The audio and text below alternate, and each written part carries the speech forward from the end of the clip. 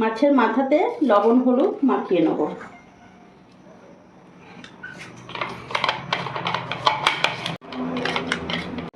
এক পাশে গ্যাস ধরিয়ে নিলাম, কড়াই বসিয়ে দিয়েছি। তেল গরম হয়ে গেছে, মাছের মাথাগুলো দিয়ে দেবো। মোচাটা সেদ্ধ হয়ে গেছে, এবার আমি নামিয়ে ফেলবো, গ্যাস অফ করে দেবো।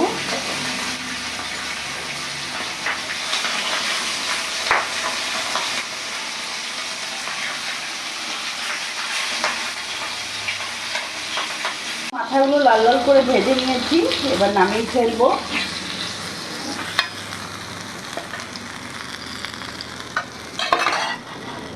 ডুমো ডুমো কেটে রাখা আলুগুলো আমি ভেজে নেব।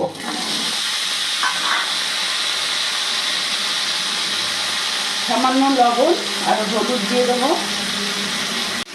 আলুটা লাল লাল করে ভেজে নেব। আলুটা লাল লাল ভাজা হয়ে গেছে, এবার গ্যাস অফ করে আমি আলুগুলো নামিয়ে নেব। একদিকে গ্যাস ধরিয়ে আমি কড়াই বসিয়ে নিয়েছি। সর্ষের তেল দিয়ে দিলাম। তেল গরম হয়ে গেছে, এখানে আমি একটা তেজপাতা, গোটা জিরে, গোটা গরম মশলা ফোড়নে দিয়ে দিলাম। ফোড়ন ভাজা হয়ে গেছে, এরই মধ্যে একটা পেঁয়াজ কুচি আমি দিয়ে দিলাম। পেঁয়াজটা কুচি কুচি করে কেটেছি, ভাজা ভাজা করে নেব। পেঁয়াজটা ভাজা ভাজা হয়ে গেছে, এরই মধ্যে আদা রসুন লঙ্কার পেস্ট আমি দিয়ে দিলাম।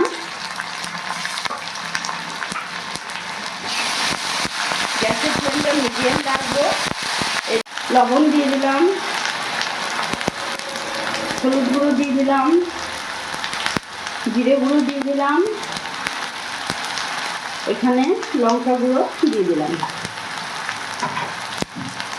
সামান্য একটু জল দেবো, দিয়ে মশলাগুলো ভালো করে মিশিয়ে নেব।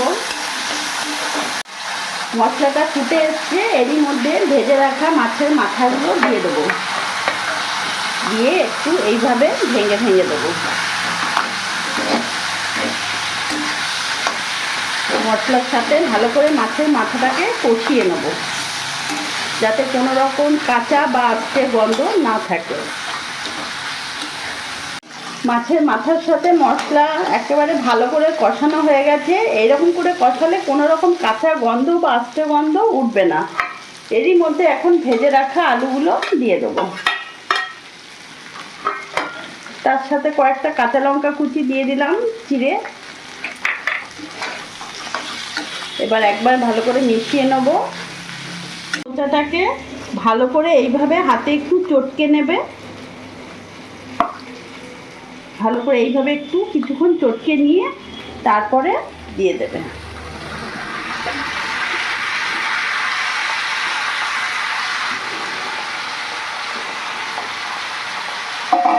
এবার ভালো করে মিশিয়ে নেব।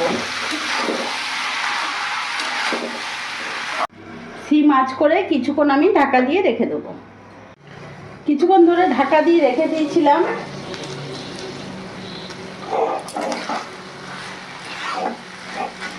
দেখতে পাচ্ছ কতটা গামাখো মাখো হয়ে গেছে। আরও 2 মিনিট একটু ভাজা ভাজা করে নেব। গ্যাসের ফ্লেমটা একটু বাড়িয়ে দেবো। 3-4 মিনিট ধরে একটু ভাজা ভাজা করে নিয়েছি, দেখতে পাচ্ছ। এখন আর পুরোটা কমপ্লিট হয়ে গেছে। এবার গ্যাস অফ করে নামিয়ে দেবো।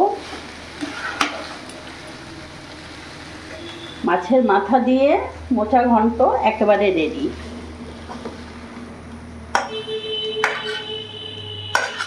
মোচাটা ভালোই বড় ছিল, অনেকটাই হয়েছে।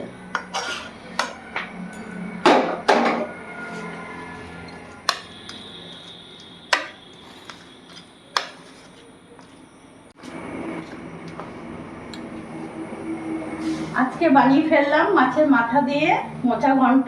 তো আমার এই ভিডিওটা যদি তোমাদের ভালো লাগে অবশ্যই একটা লাইক কমেন্ট করো। আর সবার শেষে একটা কথাই বলবো, তোমরাও সবসময় ভালো থেকো।